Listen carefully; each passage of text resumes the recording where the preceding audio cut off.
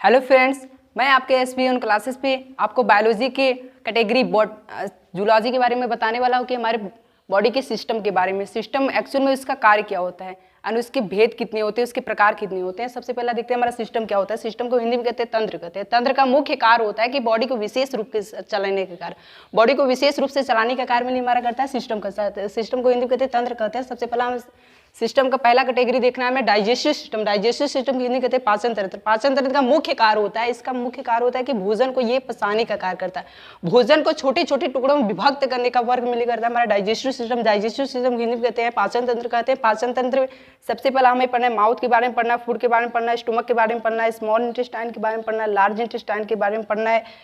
Mouth के बारे में पढ़ेंगे तो हमारे माउथ में सबसे पहले हमारा दांत आएगा। माउथ में जैसे भोजन को एक्सेप्ट करते हैं तो हमारा माउथ में सबसे पहले हमारा भोजन जाता है। भोजन में जैसे हमारा माउथ में जाएगा तो सबसे पहले पड़ता है हमारे दांत पे पड़ता है। दांत हमारे बॉडी का सबसे हार्ड ऑर्गन होता है। हार्ड ऑर्गन यानी कठोर ऑर्गन होता है। ये क्वेश्चन पूछेगा दांत हमारे बॉडी के कौन सा ऑर्गन, मतलब दांत हमारे बॉडी का सबसे हार्ड ऑर्गन होता है। और स्ट्रांग ऑर्गन पूछ देगा तो हमारा जबड़ा आ जाएगा। जबड़ा क्यों आ जाएगा? क्योंकि जबड़ा क्या करता है, हमारे दिन ऑलवेज ये क्या करता है, हमारे भोजन को फंसाने का कार्य करता है, जिसके कारण जबड़ा हमारे बॉडी का सबसे स्ट्रांग ऑर्गन है। और हार्ड ऑर्गन सबसे हार्ड ऑर्गन माना जाता है तो हमारा दांत माना जाएगा। क्यों माना जाएगा? क्योंकि दांत के ऊपरी परत पे इनामेल होता है। जो हमारा ये तीत होता है ना, तीत के ऊपरी परत पे क्या होता है, इनामेल होता है।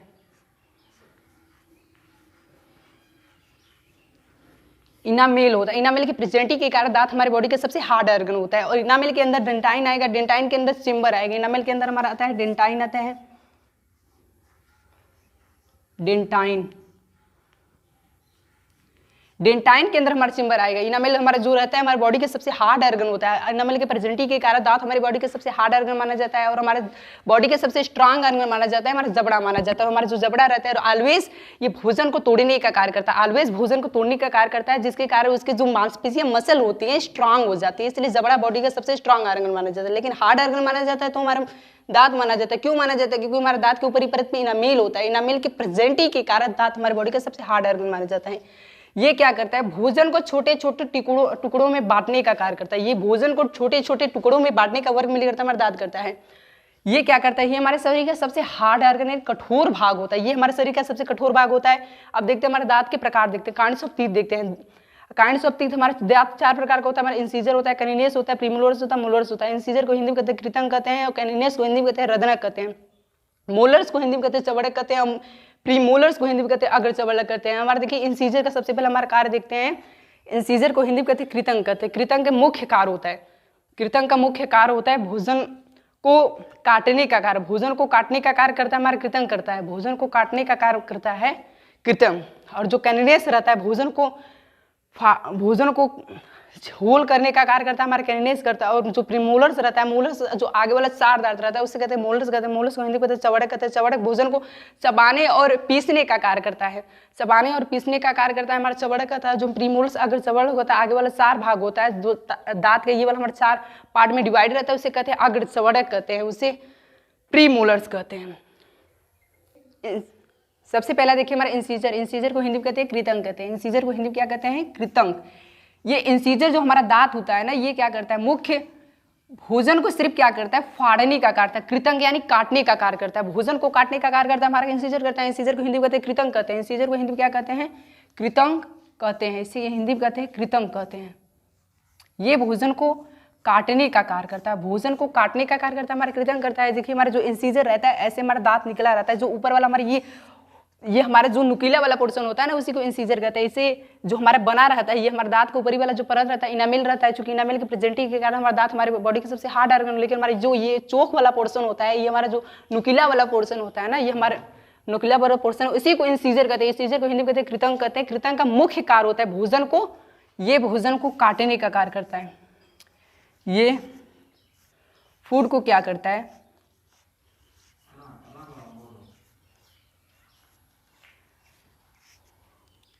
ये फूड को काटता है। और दूसरा हो गया हमारा कैनिनेस। दूसरा हो गया कैनिनेस।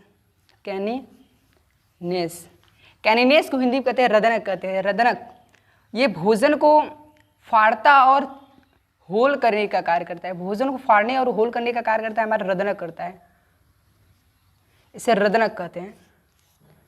ये भोजन को क्या करता है,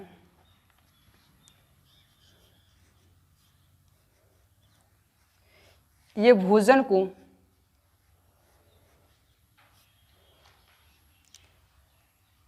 फाड़ता है, भोजन को फाड़ता है हमारा ये रदनक। लेकिन हमारा भोजन को काटने का कार्य करता है हमारा ये इंसिजर करता है, भोजन को फाड़ने का कार्य करता है हमारा ये रदनक कैनिनेस करता है। उसके बाद हमारा थर्ड वाला है मोलर्स। मोलर्स को हिंदी में कहते हैं संवर्धक कहते हैं, मोलर्स। जो मोलर होता है ना, ये सिर्फ भोजन को पीसने और दाबने का कार्य करता है, मोलर्स करता है। उसके साथ ही हमारा जो प्रीमोलर्स होता है, प्रीमोलर्स को हिंदी कहते हैं अग्रचवर्णक कहते हैं। अग्रचवर्णक ये भी क्या करता है, भोजन को दाबने और पीसने का कार्य करता है।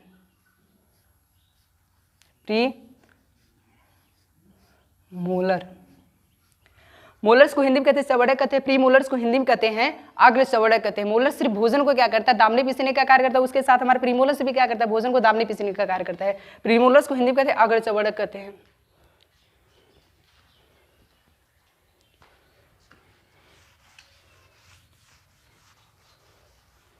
जो हमारे दांत रहती है, दांत की पूरी जीवन काल में संख्या अगर पूछेगा तो जीवन काल में संख्या हमारा 52 रहता है, क्योंकि हमारा जो 12 दांत रहता है, 12 दांत ये हमारे परमानेंट रहता है। 20 दांत टेम्परेरी रहता है, 20 दांत चूंकि टेम्परेरी होने के कारण टूट के निकल जाता है, इसलिए हमारे ये पूरा मिला देंगे तो हमारे 20 + 20 यानी जो हमारा टेम्परेरी रहता है हमारा 20 रहता है, 20 टूट के निकल जाता है, यानी 20 40 हो गया। और जो हमारा परमानेंट रहता है 12, अगर इसे ऐड करेंगे तो हमारा 52 आ जाएगा। यानी लाइफ टाइम में पूरी दांतों की संख्या पूछ देगा, लाइफ टाइम में दांतों की संख्या तो हमारा 52 होगी। 52 हमारे पूरे जीवन काल में दांतों की संख्या होती है।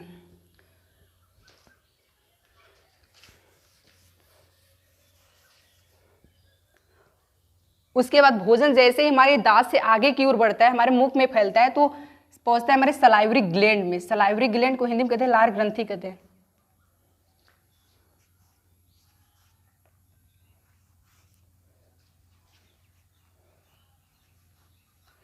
सलाइवरी ग्लैंड, इसे हिंदी में लार ग्रंथि कहते हैं।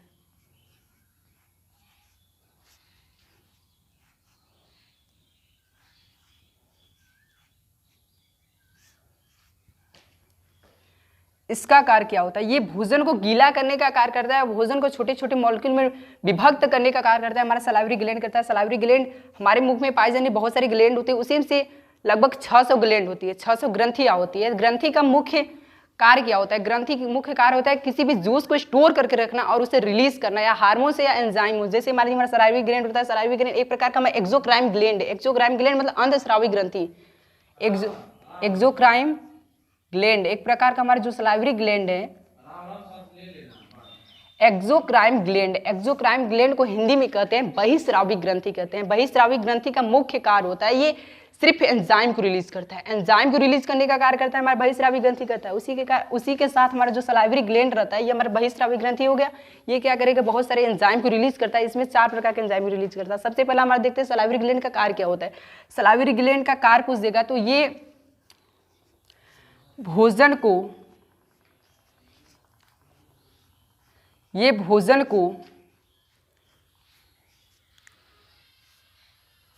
गीला करने के साथ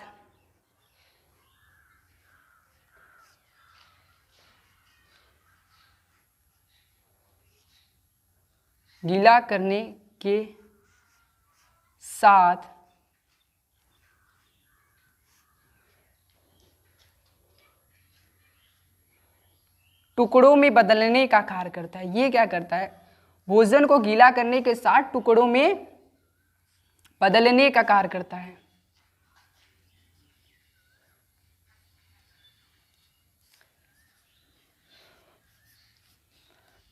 हमारा क्या करता है, सलाइवरी ग्लैंड क्या करता है, सलाइवरी ग्लैंड को हिंदी में लार ग्रंथि कहते हैं। लार ग्रंथि हमारा एक प्रकार का एक्सोक्राइन ग्लैंड है। हमारा चूंकि ग्लैंड हमारा 2 प्रकार का होता है, एंडोक्राइन होता है, एक्सोक्राइन ग्लैंड होता है। एक्सोक्राइन जो हमारा ग्लैंड सलाइवरी ग्लैंड हो गया, उसी में से ये भोजन को क्या करता है, इसका कार्य क्या होता है, भोजन को गीला करने के साथ ये टुकड़ों में विभक्त करने का कार्य करता है, बदलने का कार्य करता है। ये भोजन को क्या करता है, गीला करने के साथ ये भोजन को टुकड़ों में विभक्त करने का कार्य करता है, हमारा सलाइवरी ग्लैंड करता है। सलाइवरी ग्लैंड को हिंदी में लार ग्रंथि कहते हैं। ये हमारा सलाइवरी ग्लैंड, ये देखिए हमारा सलाइवरी ग्लैंड 3 प्रकार का होता है।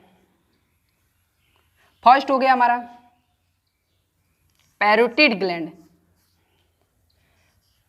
हिंदी में लिख रहे हैं पैरोटिड, पैरो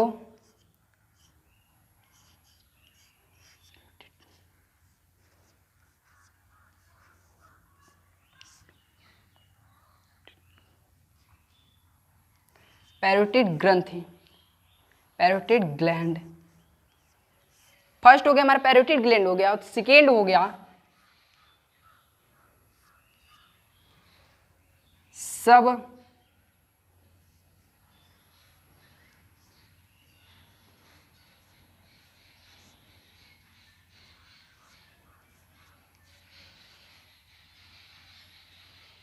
सबलिंगुलर हो गया, सबलिंगुलर ग्रंथि। और थर्ड वाला हो गया, इसे कहते हैं मैंडिबुलर ग्लैंड या मैंडिबुलर ग्रंथि। क्या हो गया? मैंडिबुलर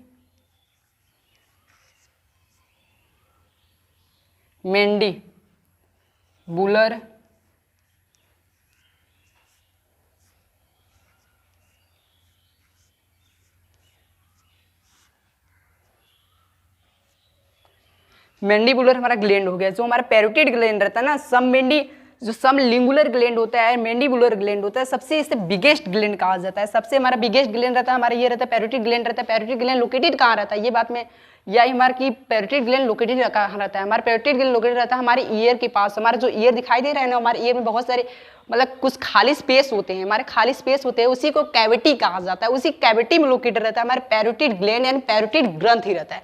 और सबसे बड़ा हमारा ग्लैंड रहता है हमारा सबलिंगुलर और मैंडिबुलर से सबसे बड़ा हमारा ग्लैंड रहता है पैरोटिड ग्लैंड रहता है। पैरोटिड ग्लैंड का कोई खास कार्य नहीं होता। ये क्या करता है हमारा कुछ एंजाइम को रिलीज करता है और भोजन को वेट करने का कार्य करता है। लेकिन क्या करता है हमारा कुछ इसका खार बॉडी में कुछ कार्य नहीं रहता है। ये सिर्फ क्या करता है एंजाइम को रिलीज करता है, भोजन को छोटे छोटे मालिक्यूल में विभक्त करने की सहायता देने का कार्य करता है पैरोटिड ग्लैंड। लेकिन हमारा जो पैरोटिड ग्लैंड कुछ हमारे क्या करते हैं भोजन को एक्सेप्ट करने से, कुछ भोजन को खाने से हमारे पैरोटिड ग्लैंड इफेक्टेड हो जाता है। हमारा जो पैरोटिड ग्लैंड होता है ना, ये हमारा पैरोटिड ग्लैंड इफेक्टेड हो जाता है। इसी के इफेक्टेड होने की वजह से हमें डिसीज बन जाता है एक हमारे बॉडी में एक डिसीज बन जाता है। उसे कहते हैं मम्स कहते हैं। क्या कहते हैं? मम्स को गलसुहा कहते हैं, गलसुहा।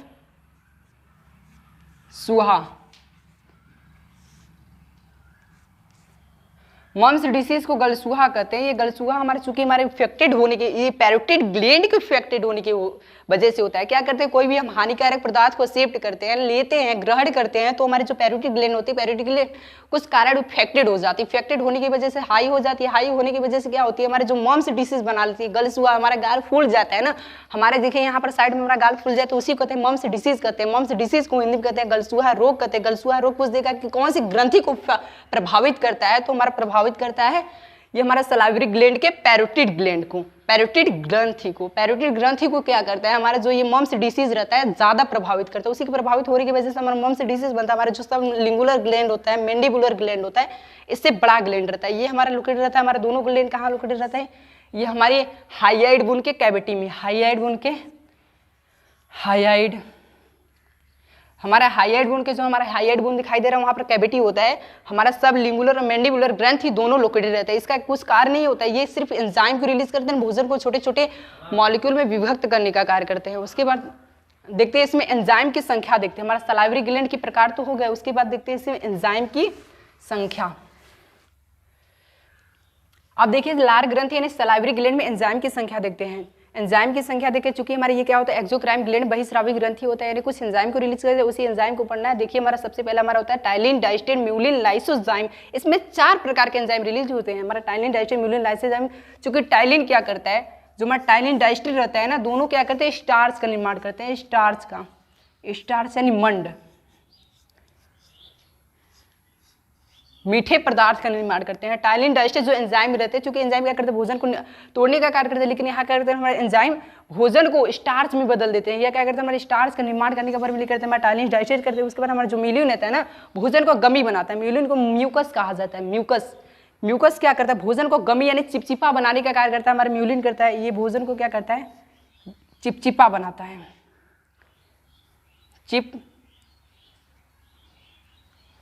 चिपचिपा बनाता है, चिपचिपा बनाने का कार्य करता है ये हमारा म्यूलिन करता है। म्यूलिन को म्यूकस कहा जाता है। ये भोजन को चिपचिपा बनाने का कार्य करता है। वो क्या करता है, उसमें कीटाणुओं को चिपकाने का भी कार्य करता है हमारा म्यूलिन करता है। उसके बाद हमारा लाइसोजाइम हो रहता है। लाइसोजाइम क्या करता है, उसी म्यूलिन से क्या करता है, कीटाणुओं को मारने का कार्य करता है। ये बैक्टीरिया को क्या करता है, ये कीटाणुओं को मारने का कार्य करता है, कीटाणुओं को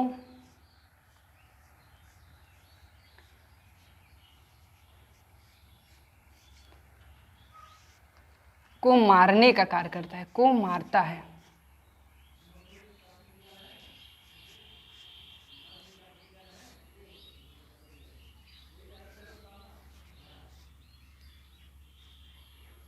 ये कीटाणुओं को मारता है, कीटाणुओं को मारने का कार्य करता है हमारा लाइसो एंजाइम करता है। जो टाइलिन डाइस्टिड रहते हैं ना, लार ग्रंथि के एंजाइम है, ये लार ग्रंथि के 4 प्रकार के एंजाइम रिलीज होते हैं। ये जो हमारा टाइलिन होता है, डाइस्टिड होता है, स्टार्च का निर्माण करता है। स्टार्च को हिंदी में कहते हैं मंड कहते हैं। क्या कहते हैं, स्टार्च को हिंदी में कहते हैं मंड कहते हैं। चूंकि मंड का सूत्र होता है 6,6,H10O5N होता है। ये हमारे जो कार्बोहाइड्रेट वाली चीज रहती है ना, उसी के ग्रुप को ये स्टार्च कहते हैं, मंड कहते हैं। मंड का निर्माण करने का कार्य करता है हमारा टाइलिन डाइस्टिड करता है। जो म्यूलिन रहता है भोजन को चिपचिपा यानी गमी बनाने का कार्य करता है। भोजन को गमी बनाने का कार्य करता है हमारा म्यूलिन करता है। जो लाइसोजाइम रहता है, उसी चिपचिपा भोजन में कुछ हमारे बैक्टीरिया चिपके होते हैं, उसी को मारने का कार्य करता है हमारा लाइसोजाइम एंजाइम करता है। चूंकि हमारे ये रिलीज होता है लार ग्रंथि यानी सलाइवरी ग्लैंड से, ये कीटाणुओं को मारने का कार्य करता है। उसके बाद भोजन, ये लाइसोजाइम कीटाणुओं को मारने का कार्य करता है। उसके बाद देखते हैं भोजन जैसे ही हमारे यहाँ से हमारे ग्लैंड से होकर आगे की ओर गुजरती है तो टांग पे पहुंचती है, हमारे टांग पे यानी जीभ पे पहुंचती है। जो जीभ क्या करता है, ये स्वाद को फील करने का कार्य करता है, स्वाद को महसूस करने का कार्य करता है, जीभ करता है। उसी के बारे में दिखना है। वहां से भोजन जैसे हमारे लार ग्रंथि से होकर आगे की ओर बढ़ती है तो हमारा पहुंचेगा कहां पर, टांग पे यानी जीभ पर, जीभ पर पहुंचता है भोजन। क्योंकि जीभ क्या करता है, हमारे स्वाद को फील करने का कार्य करता है, स्वाद को महसूस करने का कार्य करता है हमारा टांग करता है। यही हमारे सेंस आर्गन का एक पार्ट होता है हमारा, यही होता है ना टांग होता है। जो टांग होता है यानी जीभ होता है हमारे सेंस आर्गन यानी ज्ञान इंद्रिय का ही पार्ट होता है। ये क्या करता है, हमारे स्वाद को महसूस करता है, स्वाद को फील करने का कार्य करता है। ये टेस्ट को क्या करता है, टेस्ट को या स्वाद को लिख दीजिए, स्वाद को महसूस करता है,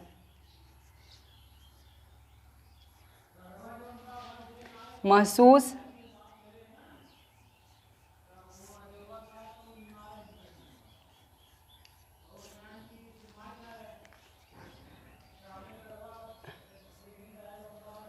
ये हमारा जो टांग यानी जीभ रहता है, जीभ क्या करता है, स्वाद को महसूस करने का कार्य करता है। कितने प्रकार के स्वाद को महसूस करने का कार्य करता है, 4 प्रकार के स्वाद को महसूस करने का कार्य करता है। सबसे पहला देखिए मीठा आता है, सबसे पहले मीठा आता है।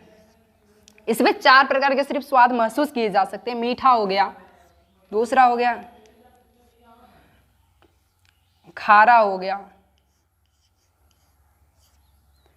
तीसरा हो गया खट्टा हो गया,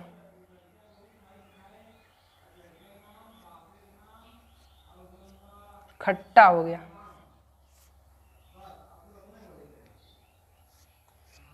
और लास्ट वाला हो गया कड़वा या तीखा, कड़वा या तीखा हो गया, कड़वा या तीखा को। ये क्या करता है, जो हमारा टोंग ने जीभ रहता है, जीभ सिर्फ 4 प्रकार के टेस्ट को फील करने का कार्य करता है। हमारा मीठा हो गया, खारा हो गया, खट्टा हो गया, कड़वा हो गया। जो हमारा मीठा रहता है, हमारे टोंग का सबसे पहले वाला जो पोर्शन दिखाई देता है ना, इसी को ये क्या करता है, जो टांग का हमारा जीभ का जो पहले वाला पोर्शन, एकदम पहले वाला पोर्शन होता है, वो मीठा को महसूस करता है। ये क्या करता है, मीठा को महसूस करता है। उसके बाद हमारा साइड हमारे क्या करते हैं, खारा और खट्टा को महसूस करते हैं, कड़वा को महसूस करता है। जैसे मान लीजिए फिगर बना रहे हैं, ये हमारा क्या हो गया, एक प्रकार का हमारा जीभ हो गया। जो ये वाला पोर्शन रहता है ना, ये मीठा को महसूस करता है। ये क्या करता है, मीठा को महसूस करता है। जो ये साइड वाले पोर्शंस रहते हैं, ये खारा को, खारा, और ये वाला पोर्शन क्या करता है, हमारा खट्टा को महसूस करता है।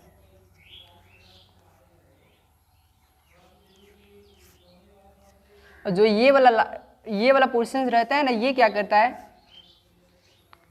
कड़वा या तीखा को महसूस करता है।